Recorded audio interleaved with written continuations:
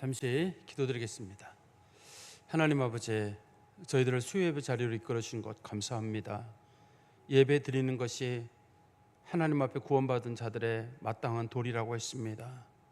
주의 앞에 나오는 예배를 사모하게 하시고 주께서 부르시는 그날까지 우리가 꼭 해야 할 것이 예배임을 잊지 않고 살아가도록 저희를 붙잡아 주시며, 저희들이 드리고 또 사모하는 예배가 우리 후손들에게까지 그대로 잘 전달될 수 있도록 하나님 믿음의 은총을 모든 교회 식구들 가운데 허락하여 주시옵소서.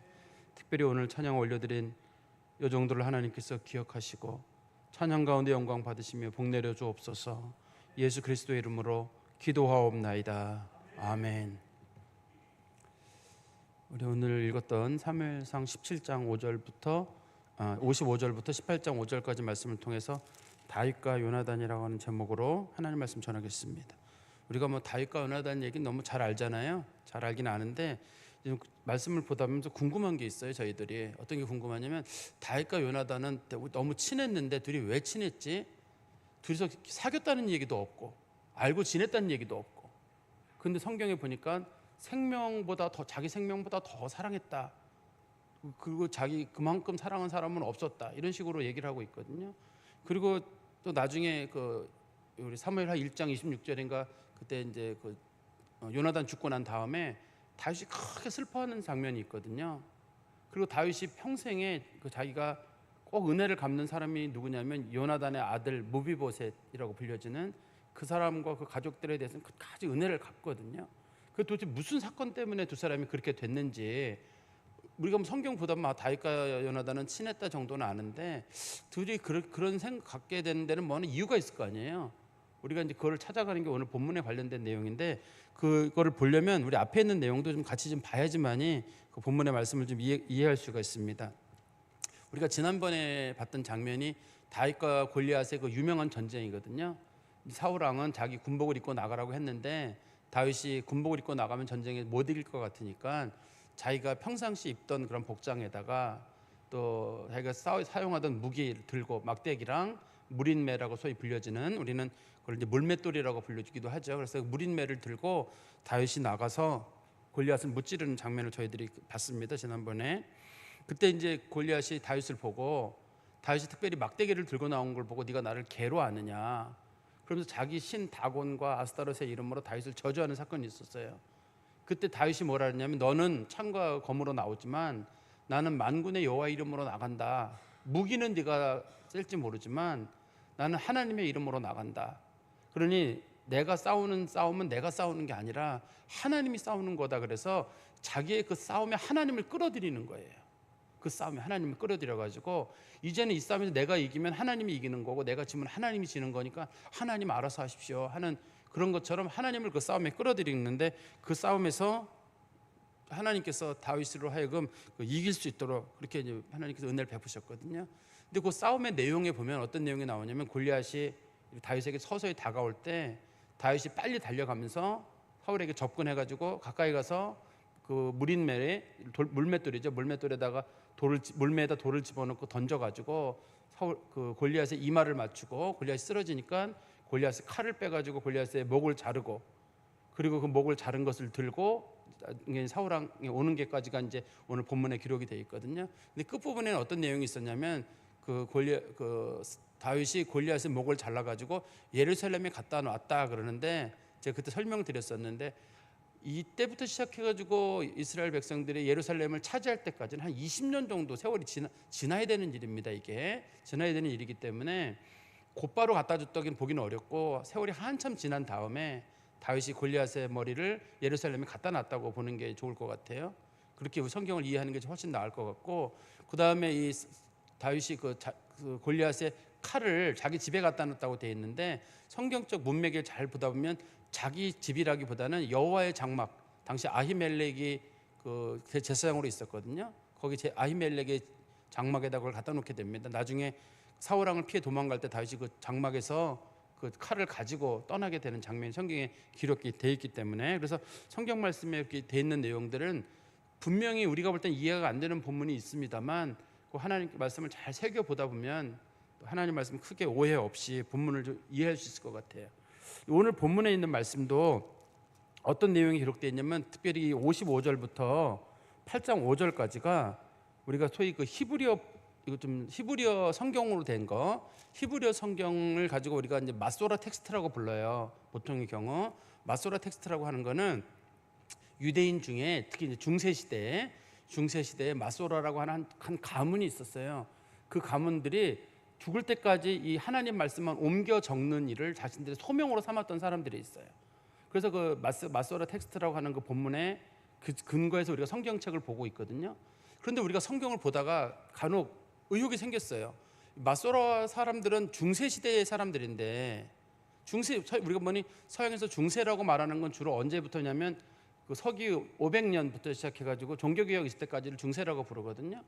하면서 그러면 성경이 기록된 건 훨씬 전의 일인데, 그러면 그 옛날 성경이랑 마소라라고 하는 사람들이 기록한 게 다르지 않을까? 사람들이 많이 이제 의심을 하고 있었어요. 어떤 게 맞는지를. 이게 왜냐면 상당히 뒤에 기록된 거잖아요. 그런데 그 사람들이 궁금해하고 있던 차에 그 1960년대, 70년대 그 우리가 이스라엘의 쿰란 사해 주변에 쿰란이라고 하는 동네가 있어요. 그 쿰란 마사다 옆에 그 동 구멍이 막 뚫려 있는 그런 지역이 있거든요. 어떤 목동이 우연히 자기 양을 잃어버려 가지고 양 찾으러 갔다가 우연히 쿰란이라는 동굴에서 성경책을 발견해요. 항아리에 들어있는. 그 항아리에 들어있다 그러면 우리나라 된장 항아리 그런 게 아니라 항아리에 집어넣고 밀봉한 거예요. 그 양피지가 망가지지 말라고 밀봉을 했는데 그거를 딱 찾아내. 우연히 돌을 던져가지고 깨지면서 발견됐는데 그 내용이 마소라 사람들이 기록한 거랑 똑같은 거예요. 이거는 이제 훨씬 전에 기록된 거죠. 쿰란 사번이라는 게 기록된 거는 예수님 당시쯤의 일이거든요. 쿰란이라는 게 예수님 당시쯤의 일인데 그게 그대로 보존이 된 거예요. 내용을 보니까 똑같은 거예요. 1000년 이상을 옮겨 적었던 사람들이 그대로 적었고, 그래서 우리는 마소라 이 소위 텍스트라고 불려지는, 영어로는 MT라고 그러거든요. 그 본문에도 우리가 신뢰도를 갖고 있어요. 그런데 문제는 더 오래전에 기록된 게 있어요. 더 오래전에 기록된 게 뭐냐면 70인역이라는 게 있거든요. 원래 히브리어 본문이 있었는데 사람들이 히브리어를 잘 안 쓰니까 당시에 공용어로 쓰고 있던 그 헬라어 그리스어로 성경을 옮겨 적은 게 있었거든요. 그걸 우리가 70인역이라고 해요. 70인의 장로님들이 함께 그 성경 번역하는 일에 개입을 했다. 그래가지고 70인역이라고 하는데요. 그 70인역은 그리스어로 기록되어 있는데 그게 굉장히 오래된 본문이에요. 왜 오래된 본문이냐면 예수님이 그 본문을 인용하셨거든요. 예수님이 사용하신 거는 마소라 텍스트가 아니라 70인역 본문이에요. 그래서 마소라 본문이랑 예수님이 인용하는 본문이 달라요. 성경에 보면 똑같아야 되는데 본문이 달라요. 그럼 도대체 어떤 게 맞느냐? 우리는 어떤 게 맞다고 정의 내리기는 어려워요. 그렇지만 예수님 당시에는 그리스어를 사람들이 주로 사용했기 때문에 예수님께서는 70인역을 인용한 걸 맞거든요. 제가 왜 이렇게 이 부분을 장황하게 말씀을 드리냐면 우리가 조금 전에 읽었던 55절부터 그 18장 5절까지가 마소라 텍스트라고 하는 그 본문에는 있어요. 이 본문이. 근데 예수님께서 사용하셨던 그 70인역이라고 하는 그 본문에는 없어요. 이 본문이요. 그럼 왜 이 본문이 왜 없냐면 이 본문의 내용 중에 어떤 내용이 들어있냐면 이 옮겨 적는 사람들이 그 인본주의를 좀 우리가 이용했다고 봐야 될 것 같은데 이 본문에 보면 사울이 다윗을 못 알아봐요. 왜냐하면 사울이 우리가 알기로는 다윗이 사울의 그 수금을 연주하는 사람이고 무기를 들고 있던 사람이고 그 몇 시간 전까지 다윗에게 잘 나가서 싸워라 자기 군복을 주고 그랬잖아요. 근데 사울이 못 알아보는 장면이 여기 들어있잖아요. 이건 잘못된 거다라고 생각해가지고 아마 이걸 적을 때 사람들이 옮겨 적을 때 이건 아무래도 잘못된 것 같아 하고 이 본문을 생략한 것 같아요. 이 본문을. 성경은 그렇게 하면 안 되거든요. 원칙적으로. 그러다 보니까 이제 좀 저같이 보수적인 목회자들은 이 본문이 그래도 맞는 본문이다라고 생각을 하고 학자들 중에 상당수는 이거는 성경적 본문을 누가 나중에 갖다 집어넣은 것 같다. 왜 그러냐면 왜 사울왕이 다윗을 못 알아보느냐 뿐만 아니라 당시에 군대 장관이었던 그 아브넬도 못 알아보거든요. 이 군대를 총지휘하고도 다윗이 나가도록 여러 가지 이렇게 계획을 짜뒀던 사람인데 그 사람이 전쟁하러 바로 나갔는데 돌아올 때 너는 누구냐 이렇게 물어보는 장면이었기 때문에 이게 본문이 들어있거든요. 그게 이해가 안 된다는 거고, 또 한 가지는 다윗과 요나단이 서로 친하게 지냈는데 왜 친하게 지냈는지가 없어요. 성경에 보니까 둘이 친했대요. 그냥 목숨 걸고 사랑했대요. 하면서 왜 친했는지가 없다 보니까 사람들이 이것도 일부러 사람들이 내용을 집어넣었다라고 봐가지고 옛날 사람들임에도 불구하고 이 성경이 이걸 빼버린 것 같습니다. 내용상 봤을 때. 그래서 사람들이 이제 중요하게 여기는 70인역 중에서도 70인을 이제 그리스어로 쓸 때는 우리가 로마 글자로 쓸 때 우리가 왜 로마 글자로 쓸 때는 일이 영어로 I자 같은 글자 쓰고 그런 거 혹시 아세요? I자처럼 쓰고 그다음에 10은 X자로 쓰고 그다음에 5는 V자로 쓰고 뭐 그런 거 보셨어요 혹시요? 그래서 우리가 1 쓸 때는 일자 I자 같은 거 하나 쓰고 2 쓰면 2개 쓰고 3 쓰면 3개 쓰고 4 쓰면 그 뭐 I에다가 V 쓰고 5 쓰면 V 쓰고 뭐 6 쓰면 V에다가 I 쓰고 그다음에 이제 50이 되면 L을 쓰고 100이 들어가면 C를 쓰고 뭐 이런 게 있거든요. 그리스 로마 숫자를 쓸 때 그런 식으로 기록을 해요. 그래서 그 숫자가 좀 읽기 좀 어렵긴 한데 그렇게 돼 있는데요. 그 70인역이라고 불려지는 걸 우리가 이제 그 영어식으로 글 쓴다 그러면 LXX라고 그러거든요. 근데 LXX 중에서도 사람들이 중요하게 여기는 본문이 LXX 바티칸 사본이라는 게 있어요. LXXB라 그래요. 그거를 LXXB라 그러는데 그거에도 없어요, 이 내용이. 그러니까 이게 성경 말씀을 보면서도 야, 이게 중요한 본문인데 사람들이 굉장히 중요하게 여기는 공인 본문인데 거기에 이 본문이 없어요. 그래서 저도 이제 제가 왜 말씀드리냐 말씀에 주석책 쭉 보다 보니까 이 본문은 없는 게 이해가 편하다라고 하시는 분들이 꽤 많아요. 근데 성경 말씀을 어떻게 없다는 말을 쉽게 할 수가 있냐는 거예요. 분명히 하나님께서는 이 말씀이 기록이 필요한 때문에 기록을 해놨는데 내가 이해가 안 된다고 이 본문을 빼는 게 과연 옳은 건지 그건 아무리 훌륭한 분들이고 아무리 그 사본학을 잘 다루시는 분들이라 할지라도 그렇게 쉽게 얘기해서는 안 될 것 같습니다. 우리 55절에 한번 보세요. 55절에 보시면 사울은 다윗이 블레셋 사람을 향하여 나아감을 보고 군사령관 아브넬에게 묻되 아브넬아 이 소년이 누구의 아들이냐 아브넬이 이르되 왕이여 왕의 사심으로 맹세하옵나니 내가 알지 못하나이다 하매 지금 이제 사울이 봤을 때 다윗이 지금 전쟁하러 나갈 때 한 얘기입니다. 이 얘기는. 그런데 위에서 보면은 우리가 앞부분에 나오잖아요. 사울이 자기 옷을 주면서 이 옷을 입고 나가라 이렇게 얘기를 하잖아요. 우리 한번 성경 말씀 보세요. 우리 앞에 17장 31절부터 33절에 보시면 어떤 사람이 다윗이 한 말을 듣고 그것을 사울에게 전하였으므로 사울이 다윗을 부른지라 다윗이 사울에게 말하되 그로 말미암아 사람이 낙심하지 말 것이라 주의 종이 가서 저 블레셋 사람과 싸우리이다 하니 사울이 다윗에게 이르되 내가 가서 저 블레셋 사람과 싸울 수 없으리니 너는 소년이여 그는 어려서부터 용사임이라. 이게 쭉 말한 다음에 37절에 가면 또 다윗이 이르되 여호와께서 나를 사자의 발톱과 곰의 발톱에서 건져내셨은즉 나를 이 블레셋 사람의 손에서도 건져내시리이다. 사울이 다윗에게 이르되 가라 여호와께서 너와 함께 계시기를 원하노라. 이에 38절 사울이 자기 군복을 다윗에게 입히고 노투구를 그의 머리에 씌우고 또 그에게 갑옷을 입히매 이렇게 돼 있잖아요. 그러면 다윗이 사울을 모르기 어렵잖아요. 그래서 사울이 지금 다윗이 전쟁하러 나가는 길에 뒤에서 사울이 물어본 거예요. 아브넬에게 아브넬아 저 싸우러 나가는 사람이 누구니? 이렇게 물어본 것처럼 돼 있잖아요. 본문의 내용에 보면. 그래서 이 본문을 많은 분들이 이게 잘못 기록되거나 누가 나중에 집어넣은 본문이 아닌가 이런 식으로 본다는 거예요. 그렇지만 우리가 성경을 보면서 이 본문에 보면은 사울이 아브넬에게 뭐라고 물어봤냐면 이렇게 물어봤잖아요.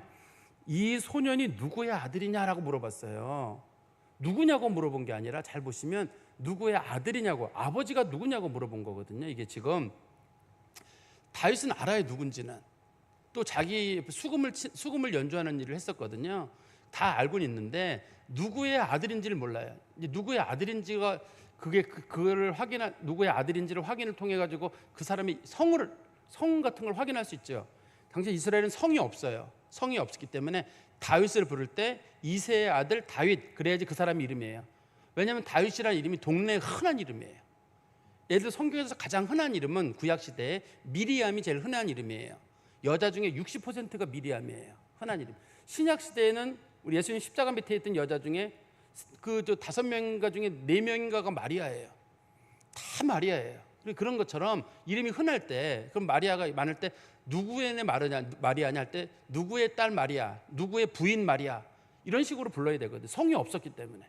그러니까 이 사람 지금 사울이 궁금한 게 뭐냐면 도대체 저 사람 아버지가 누구냐 도대체라는 말은 가문이 어떻게 되느냐 그게 궁금해서 지금 물어본 거예요. 그 사람을 몰라서 그 사람을 물어봤다기보다는 그 사람의 집안에 대해서 잘 알지 못하기 때문에 향후 이제 다윗이 전쟁에서 끝나고 돌아오고 난 다음에 사울이 이 사람에게 관직을 주거나 하려면 그 사람의 집안을 알아야 되거든요. 집안을 알아야 되기 때문에 그 집안을 물어봤다고 우리가 이해하는 게 훨씬 좀 나을 것 같아요. 그런데 또 한 가지 궁금한 것 중에 하나는 그러면 이거를 집안을 물어봤다는 뜻으로 볼 수는 있는데 그래도 다윗이 그 사울 밑에 수금도 연주하고 그랬는데 그걸 모른다고? 난 그게 이해가 안 되는데 혹시 여러분 우리 여기 성가대 임마누엘 성가대 지휘자 아버지 이름 아세요 혹시? 한 십몇 년 됐는데 혹시 그 아버지 이름 아세요 우리 지휘자? 모르시죠? 십몇 년 동안 연주했는데 이게 지휘하고 있는데 우리 여기 바이올린 2부 예배 바이올린 하는 사람은 알죠. 가현 부인이니까. 그게 잘 아는 사람도 있지만 대부분 사람들은 모르잖아요 누군지를. 그리고 또 당시에 다윗은 하급직이잖아요. 하급직이고 성경에 보면 다윗이 통근을 했거든요. 집에 여기다가 퇴근했어요. 출퇴근을. 오늘 본문에서는 다윗이 이제 정규직으로 취업이 되는데 그 전에는 다윗이 이제 계약직으로 출퇴근을 하고 있는 사람이었기 때문에 사울이 못 알아보는 것도 이해할 수 있는 일이 아닌가 싶습니다. 그리고 55절에 다윗이 이르되 너는 이 청년이 누구의 아들인가 물어보라 하였더니 그런데 갑자기 다윗에 대해서 사울이 물어보기를 이 청년이 누구의 아들인지 좀 알아보래요. 그런데 이게 누구의 아들이냐고 물어보는 할 때 그 사람을 누구라고 불렀냐면 청년이라고 불렀어요.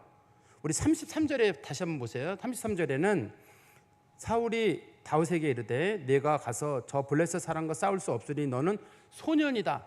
소년이라는 히브리어가 따로 있습니다. 이게 나아르라고 하는 단어가 따로 있어요. 어리다는 뜻이에요. 너 어리다 이런 뜻인데 청년이라는 말의 뜻은 용감하다 이런 뜻이에요. 용감한 사람이라는 뜻이거든요. 그리고 58절에 가면 사울이 그에게 묻되 소년이여 이렇게 부르잖아요. 단어가 달라요.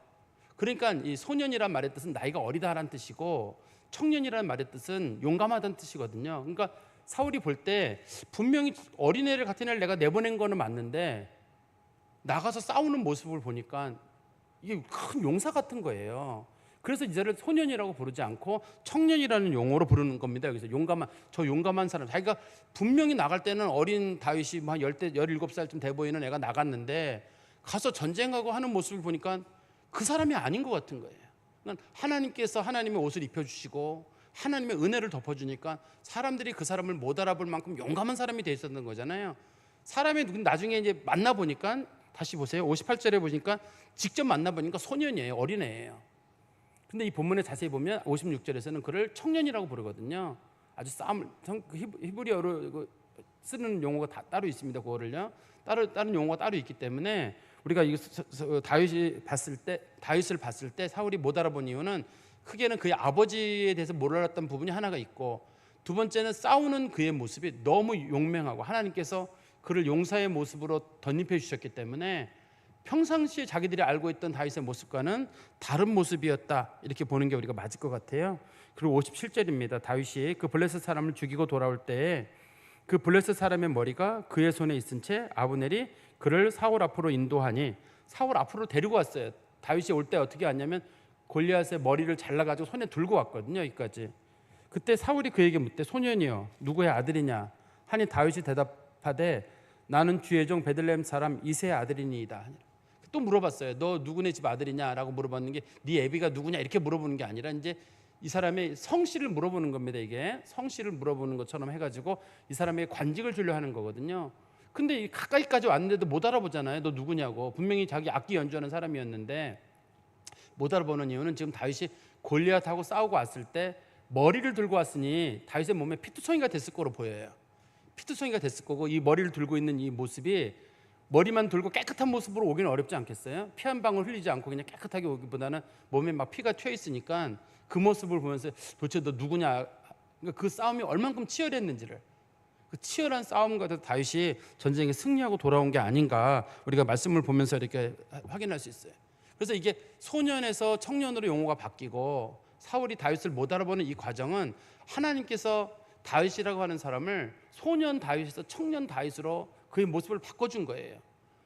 외모를 보니까 여전히 소년이에요. 소년인데 싸울 때 그의 모습은 청년이에요. 용맹한 사람인 거예요.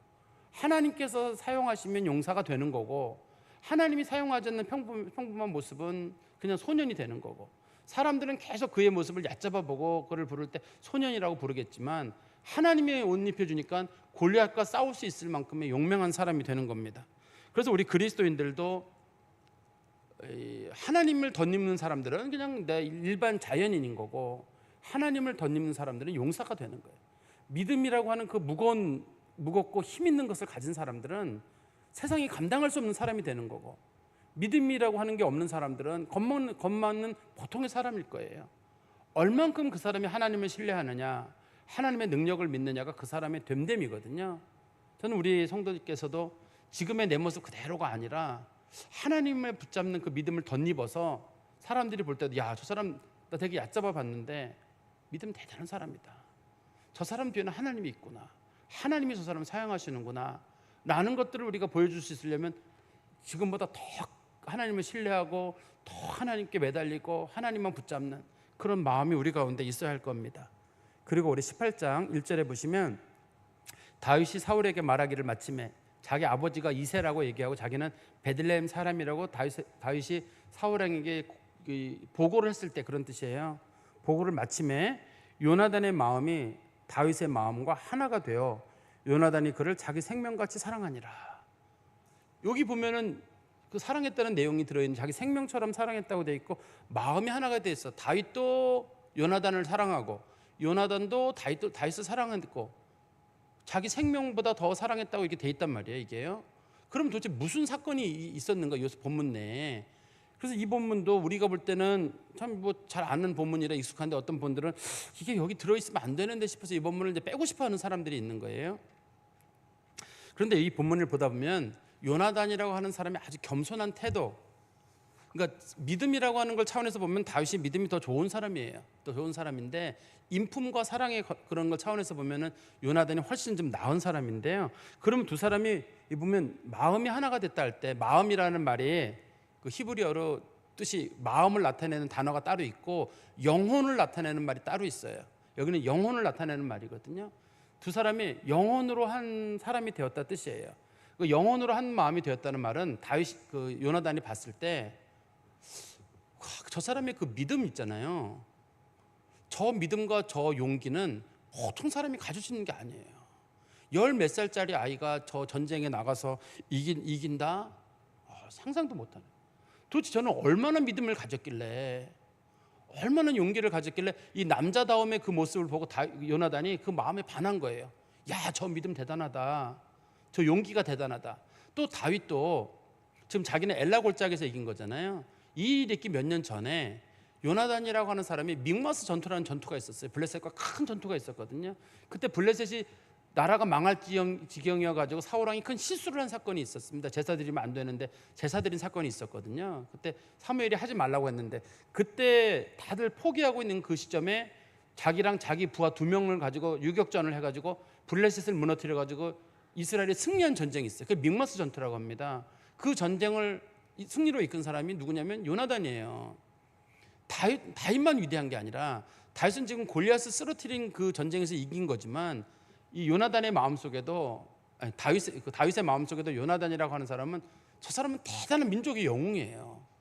어떻게 그때도 요나단도 우리가 볼 때 한 20살쯤 된 거로 보이거든요. 20살 정도, 지금 말고요. 그 사건이 있을 때 20살 정도 됐을 때, 그때 어떻게 그 믹마스는 저거 낭떠러지예요. 낭떠러지에 있는데 낭떠러지를 칼 차고 올라가가지고 자기 칼 잡은 자랑 올라가가지고 거기서 블레셋 사람들을 무찔러가지고 이길 생각을 어떻게 할 것인가.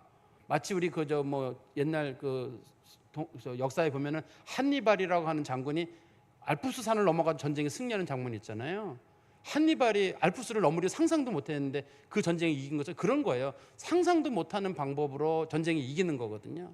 근데 그런 거기 때문에 다윗도 평상시에 요나단에 대해서 대단한 사람이다라고 생각을 하고 있었는데, 그래서 좀 흠모하는 마음이 있었는데, 요나단이 보니까 자기보다 더 대단한 거예요. 왜 자기보다 더 대단하냐면, 요나단이 만약에 다윗만큼의 용기가 있었다 그러면 골리앗과 싸웠을 거예요. 골리앗과 싸웠을 건데 요나단이 골리앗하고 못 싸웠거든요. 정말 자기도 용기 있는 사람이고 두려움이 없는 사람이고 하나님 믿는 사람인데 다윗은 훨씬 나이가 어린데도 불구하고 다윗이 골리앗과 싸운 모습을 보니까 그 영적인 매력인 거예요. 그래서 성경에서 그냥 마음을 나타내는 레함이라는 단어가 따로 있는데 여기서는 레함이라는 단어를 쓰지 않고 영혼이라고 하는 네페시란 말을 쓰거든요. 그 영혼과 그 사람의 믿음과 그 사람 속에 있는 깊은 그 특별한 마음들 있잖아요. 그거를 사랑하는 마음이 있었다는 뜻이에요. 이 본문에서는요. 그러니까 이 사람네들이 둘 다 성령의 사람들이에요. 다른 거 보지 않고 그 사람 속에 있는 믿음 보고 그 사람 속에 있는 인품 보고 그거에 대해서 정말로 사랑하는 마음을 그 두 사람이 가지고 있었다고 우리가 볼 수 있을 것 같아요. 그리고 우리 성경 말씀을 다시 보시면 2절에 그날에 사울은 다윗을 머무르게 하고 그의 아버지 집으로 다시 돌아가기를 허락하지 아니하였고, 그전에는 제가 아까 표현으로 이제 통근에 출퇴근했다고 주로 알바했습니다. 요즘 표현으로는 알바를 하고 있었는데 이제 공식으로 여기 이제 퇴근이 없는 공무원이 된 거예요. 군 공무원으로 돼가지고 이제 여기 머물게 된 거죠. 상비군으로 머물게 된 겁니다. 그래서 이제 갑자기 가지 말라 그러니까 이제 그동안 양치고 했었거든요. 우리 형들이 앞에서 얘기했었잖아요. 너 양은 누구한테 맡기고 왔느냐 막 물어볼 정도로 양치기였는데 양치로 못 가는 거예요. 그래서 다윗이 형한테 얘기하기를 나올 때 집에서 그랬어요. 며칠만 양 맡아달라. 내가 다시 전쟁 끝나고 형한테 음식 전해주고 오면 다시 양을 맡겠다 했는데 그 약속은 못 지켰을 것 같아요. 다윗이 이제는 못 돌아가거든요. 이걸 마지막으로 궁궐에 머물게 되기 때문에 못 돌아가게 되고, 궁궐에 머물면서 자기가 다시 돌아가려고 하는 그런 상황이 있을 때는 사울이 다윗을 죽이려고 계속 추격군을 보내기 때문에 다시는 목동으로 못 돌아갑니다. 목동으로 보내는 시간은 짧은 17살 정도까지밖에 목동으로 지내지 못하거든요. 이제는 다윗의 궁궐 생활이 여기서 시작이 되게 됩니다. 그때 3절입니다. 요나단은 다윗을 자기 생명같이 사랑하여 더불어 언약을 맺었다. 이 두 사람이 언약을 맺었다고 할 때 어떤 언약을 맺은 거냐면 둘이 의형제를 맺은 거예요.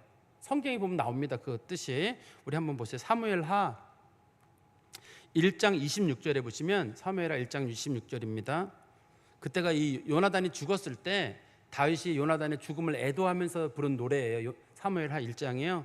내 형 요나단이여, 내가 그대를 애통함은 그대는 내게 심히 아름다움이라. 그대가 나를 사랑함이 기이하여 여인의 사랑보다 더하였도다. 이 두 사람이 서로 마음이 통했는데, 요나단이라고 하는 사람이 대단한, 요나단은 왕자잖아요. 다윗은 지금 목동이거든요. 나이 차이도 지금 한 20살 이상 차이가 납니다. 세월이 많이 지났기 때문에. 요나단은 이미 아들이 있어요. 요나단은 아들이 있고 다윗은 그런 상태가 아니거든요. 그런 상황이고, 요나단은 한때 군대 지휘관이었습니다. 전체 그 이스라엘 군대가 두 개로 나눠졌었는데 한쪽은 사울이 지휘관으로 있었고 한쪽은 요나단이 지휘관으로 있었기 때문에 다윗과는 나이 차이가 많이 나는 사이예요. 둘이 친구 사이가 아닙니다. 근데 그러니까 서로 의형제 관계를 맺었는데, 요나단이 다윗을 귀히 여겨가지고 야 우리 의형제 맺자.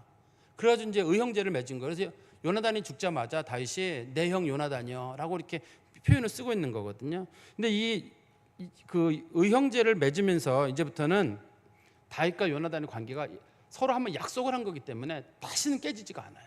요즘 사람들은 누구랑 관계를 맺고 약속을 해도 그냥 깨트려 버리잖아요. 성경에서 어떤 우리가 언약을 맺는다고 할 때는 어떻게 언약을 맺냐면 일반적으로 양이나 소를 이렇게 배를 갈라요. 양이나 소를 배를 가른 다음에 내가 만약에 나와 약속을 어기면 내가 너를 이렇게 양이나 소 배 가르는 것처럼 갈려도 되겠느냐. 그런 거 히브리어는 카라트 베리트라고 합니다. 그게 약속을 맺는다는 말의 뜻은 양과 소의 배를 가른다, 그런 뜻이에요. 원문의 뜻이에요. 그러니까 약속은 절대 어기면 안 되는 거예요. 서로가 아무리 서운한 일이 있다 할지라도 하면 안 되는 건데, 지금 우리는 약속을 잘 안 지키는 문화에 와 있어요. 그리고 거짓말이 부끄럽지 않아요, 우리 사회는. 그래서 외국 사람들이나 이런 사람들이 볼 때 한국 사람들은 참 민도가 떨어진다라고 하는 것 중에 한 가지가 거짓말을 잘해요, 우리가. 그리고 부끄럽지 않아요, 이게. 그리고 거짓말이 능하면 능할수록 사람들이 그 사람을 좋게 보는 경향도 있어요. 거짓이 통하지 않는 사회여야 되는데 우리 사회는 거짓이 잘 통해요. 그리고 또 사람들이 약속을 해도 쉽게 어기는 경향이 있거든요. 두 사람은 약속을 맺는데 평생 이 약속을 지킵니다. 죽을 때까지 이 약속을 지키고, 심지어는 죽고 난 다음에도 그 다윗이 요나단과 했던 약속을 지키게 됩니다. 우리 다시 한번 성경 말씀해 보시면 요나단은 다윗을 자기 생명같이 사랑하여 더불어 언약을 맺었다, 이렇게 돼 있잖아요. 언약을 맺었는데 다윗이 이제 그 요나단과 언약을 맺고 난 다음에 그 요나단이 자기 아버지 사울이 요나단을 죽이려고 할 때마다 계속 막아요. 못하게 하고 아버지 이렇게 하지 말라 계속 막아요. 그런데 다윗의 형들은 다윗을 어떻게 봤나요? 다윗의 형 엘리압이 한 말이 있는데요. 우리 한번 보세요. 17장 28절에 보시면 다윗의 형이 다윗을 본 게 있습니다. 그러니까 그 요나단이 다윗을 본 거랑 그 다음에 형들이 다윗을 본 게 다른데요. 17장 28절에 보시면 큰형 엘리압이 다윗이 사람들에게 하는 말을 들은지라 그가 다윗에게 노를 바라며 이르되 내가 어찌하여 이리로 내려왔느냐 들에 있는 양들을 누구에게 맡겼느냐 나는 내 교만과 내 마음의 완악함을 아노니 내가 전쟁을 구경하러 왔도다. 지금 형은 다윗을 뭐로 봤냐면 너는 그러니까 다윗이 믿음과 용기가 대단한 사람인데 그걸 뭐로 봤냐면 너는 말이야 교만하고 믿음이라는 걸 가지고 형들 전쟁이나 구경하러 돌아다니는 아주 쓰레기 같은 놈이야 하고 형이 큰 욕을 한 거거든요. 이게 성경에서 완악하다는 표현을 쓰는 게 이게 아주 부정적이고 저주에 가까운 말이거든요. 형은 다윗을 못 알아봤어요. 근데 요나단이 알아본 거거든요. 그러니까 이제 그만큼 격이 되는 사람이기 때문에 다윗을 알아보는 겁니다. 그런데 이제 이렇게 요나단이 다윗이 죽을 고비를 여러 번 넘길 때마다 자기가 막아요. 그러면 이제 사울이 뭐라 그러냐면 다윗이 죽어야지만 네가 산다. 왜냐하면 다윗의 인기가 너무 많아지게 되면서부터 사람들이 요나단의 그 왕위가 흔들리게 되거든요. 그러니까 사울 왕은 얘기하기를 반드시 다윗을 제거를 해야 된다. 정치적으로 쟤를 제거하지 않으면 네가 큰 일을 당한다 할 때 요나단은 난 그런 마음이 없습니다 하고 늘 그냥 이 요나단은 다윗에 대해서 좀 양보하는 그런 마음을 갖게 되거든요. 그리고 다윗도 마찬가지예요. 다윗도 그 자기가 요나단하고 약속을 하잖아요. 의형제를 맺었잖아요. 의형제를 맺고 난 다음에 정권이 바뀌게 돼요. 나중에 정권이 바뀌어가지고 사울의 가족들은 전부 다 전멸하게 되잖아요. 거의 전멸하게 되고 블레셋에게 다윗이 왕이 된 다음에 다윗이 특별히 요나단의 아들에게 은혜를 베풀게 되는데요. 우리 한번 성경 말씀 보십시오. 사무엘하 9장 7절에 보시면 사무엘하 9장 7절입니다. 다윗이 그에게 이르되 무서워하지 말라. 내가 반드시 내 아버지 요나단으로 말미암아 내게 은총을 베풀리라. 내가 내 할아버지 사울의 모든 밭을 다 내게 도로 주겠고 또 너는 항상 내 상에서 떡을 먹을지니라 하니. 사울이 가지고 있던 모든 재산이나 그런 권리 같은 거 있잖아요. 그거를 다윗이 요나단의 아들 무비보셋에게 이걸 다 준 거예요. 이건 다 가지고 있어라. 그리고 너는 왕자처럼 내가 너를 취급하겠다. 근데 이 아들이 이제 장애인이거든요. 잘 걷지 못하는 장애인임에도 불구하고 끝까지 자기가 잘 챙겨주는 겁니다. 자기가 약속을 했던 그 약속이 있기 때문에 그것을 챙겨주는 거예요. 그러니까 그 다윗 왕이 좀 후반에 갔을 때 사무엘하 21장에 가면 좀 제가 얘기가 길어 설명을 드릴게요. 사무엘하 21장에 가면 기브아 사람들이라고 불려지는 사람들, 기브아 사람들은 어떤 사람들이냐면 여호수아서 9장에 보면 이스라엘 사람들이 가나안 땅에 들어갔을 때 기브아 사람들이 아무래도 자기들이 이스라엘에게 죽을 것 같은 거예요. 그래서 거짓말을 만들었어요. 우리는 저 멀리서 온 사람들인데 우리랑 평화 약조를 맺읍시다. 그래서 이제 여호수아가 모르고 하나님께 여쭤보지 않고 기브아 사람들하고 약속을 맺어가지고 살려주겠다고 약속을 했어요. 나중에 알고 보니까 동네 사람인 거예요.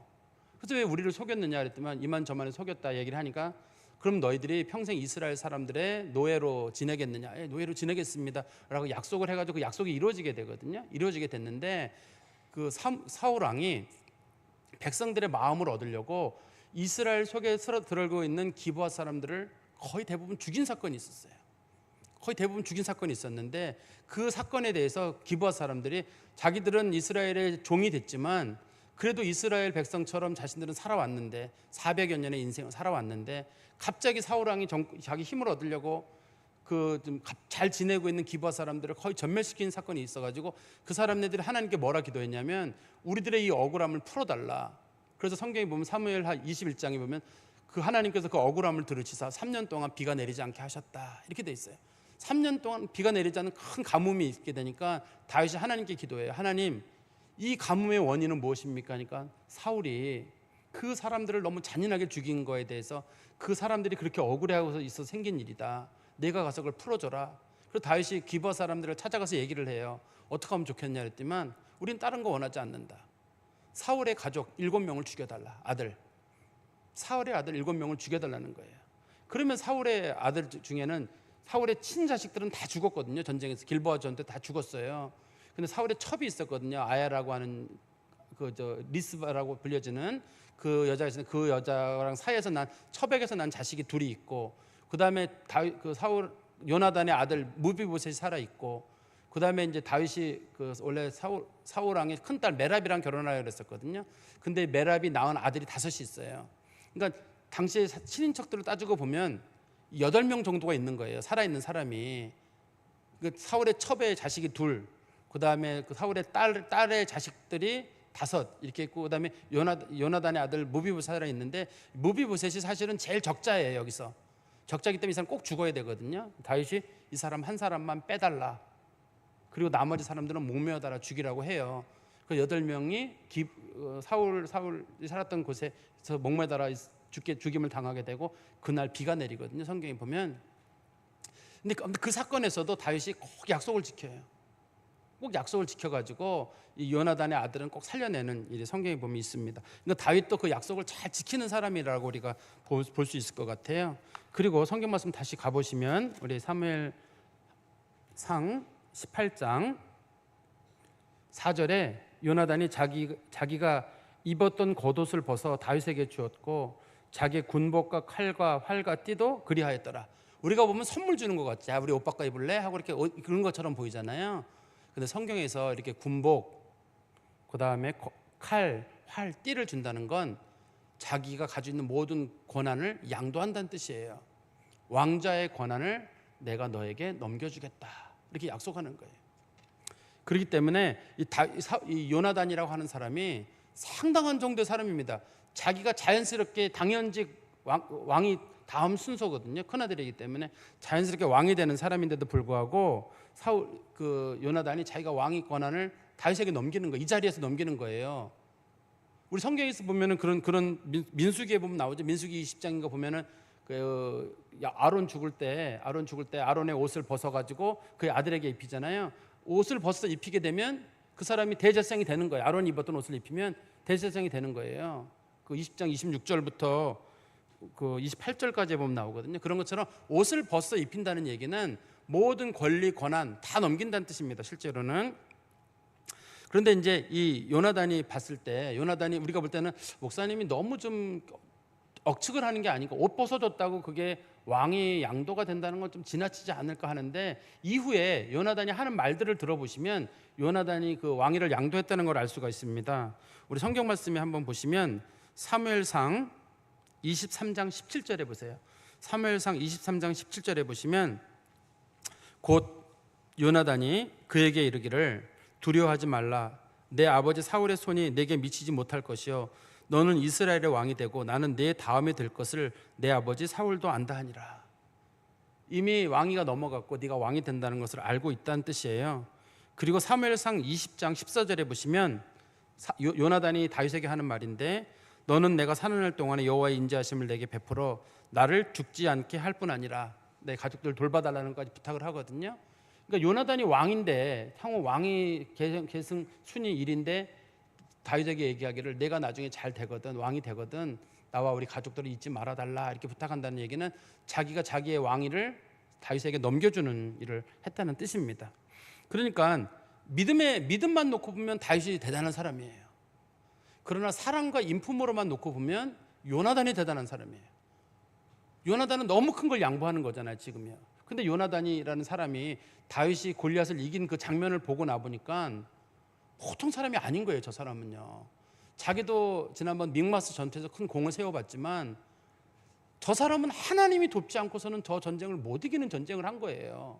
저 나이에 저 믿음 가지고 하나님의 이름을 나가서 한 걸 보고 나서 이거는 내가 왕위에 대한 욕심을 부릴 게 아니라 이건 저 사람이 사람 됩니다. 요즘 사람들은 뭐 자기가 정권을 차지하려고 막 몸부림치지만 여기서는 요나단은 될 사람을 본 거예요. 네가 왕이. 근데 요즘 같이 투표를 뽑는 제도가 아니라 옛날에는 왕위는 절대 군정 시대이기 때문에 자동스러워 넘어가는 거고 웬만하면 양보를 안 하는 거잖아요. 형제 간에도 부모 자식 간에도 죽이는 게 절대 왕정 시대의 그런 일인데 요나단이라고 하는 사람은 다윗이라고 하는 사람을 보면서 그 사람에게 모든 것들을 이렇게 좀 넘길 만한 그런 마음이 그에게 있는 거예요. 그러니까 다윗이라고 하는 사람을 인정한 거죠. 요나단이라고 하는 사람이 인정을 했기 때문에 하나님께서 요나단에게도 다윗에게도 같이 은혜를 베풀게 됩니다. 그리고 마지막 5절에 다윗은 사울이 보내는 곳마다 가서 지혜롭게 행하매 사울이 그를 군대의 장으로 삼았더니 온 백성이 합당히 여겼고 사울의 신하들도 합당히 여겼더라.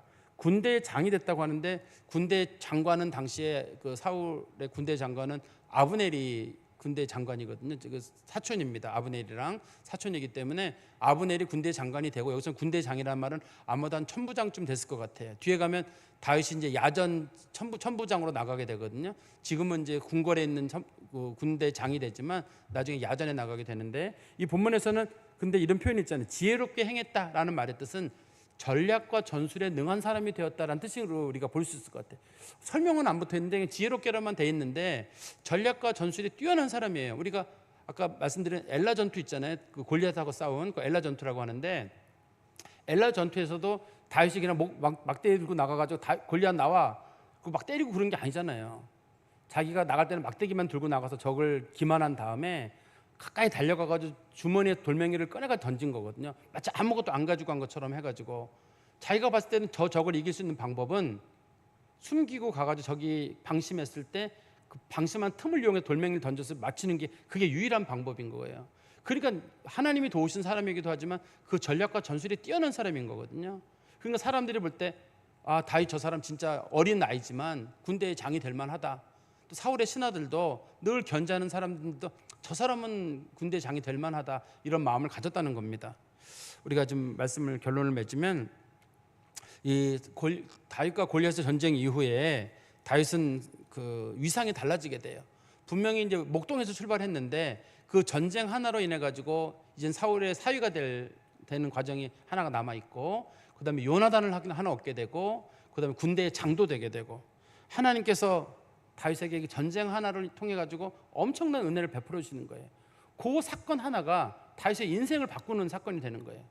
하나님께서는 일하시는 모습이 딱 한순간인 것 같아요. 어느 순간 하나를 통해 가지고 믿음의 결단을 내렸던 어느 순간 하나를 가지고 한 사람의 인생을 바꾸기도 하고 한 사람의 인생이 무너지기도 하고 이 사울왕 같은 경우는 그 한순간 두 순간의 약속을 어기는 사건 때문에 그 인생이 무너지는 일이 있는가 하면 다윗은 이 골리앗과의 전투 그거 하나로 인해 가지고 그의 인생이 완전히 바뀌는 일이 생기게 되는 거죠.